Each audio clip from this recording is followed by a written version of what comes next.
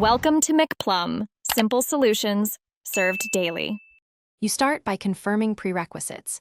Both your MacBook and the Airplay source share the same Wi-Fi and have updates installed. Once done, enable Bluetooth and Wi-Fi on both devices because Airplay uses both for discovery and handshakes.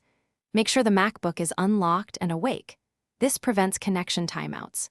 If you're on a dual band router, prefer the same band for both devices to reduce packet loss and lag, which improves streaming stability.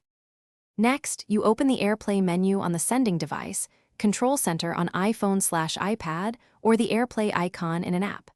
Tap your MacBook's name when it appears. Your Mac may prompt you to allow the connection. Choose Mirror if you want identical content, or Use as separate display when you need extended desktop space. Make sure audio routing matches. Pick the MacBook for sound output if you want audio on the Mac. Wait a few seconds for the negotiation to complete.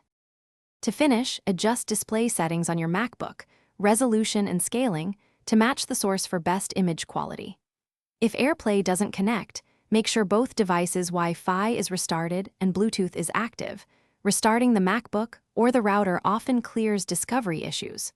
Also check firewall or screen sharing permissions on the Mac and allow incoming Airplay connections. If lag persists, switch to a less congested Wi-Fi channel.